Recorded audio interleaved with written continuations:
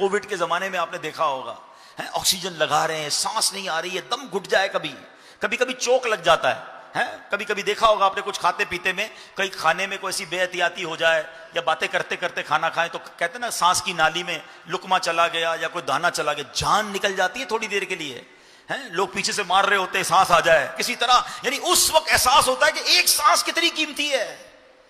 روزانہ 17,000 بار بغیر اللہ کا شکر ادا کیے، ہم کون شکر ادا کرتا ہے؟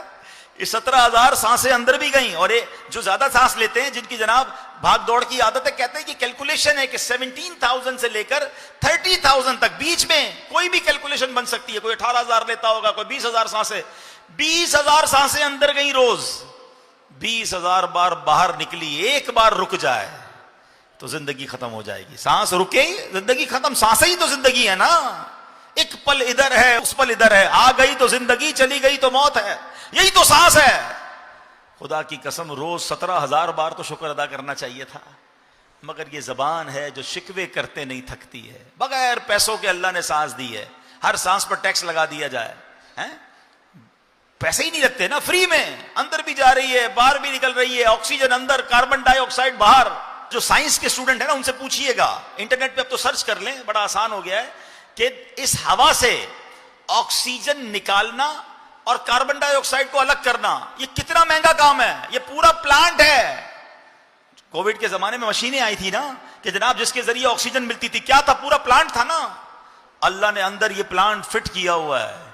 کوئی قیمت نہیں دے رہے ہم، فری میں سانسیں آ رہی ہیں۔ وہ بڑا مشہور ایک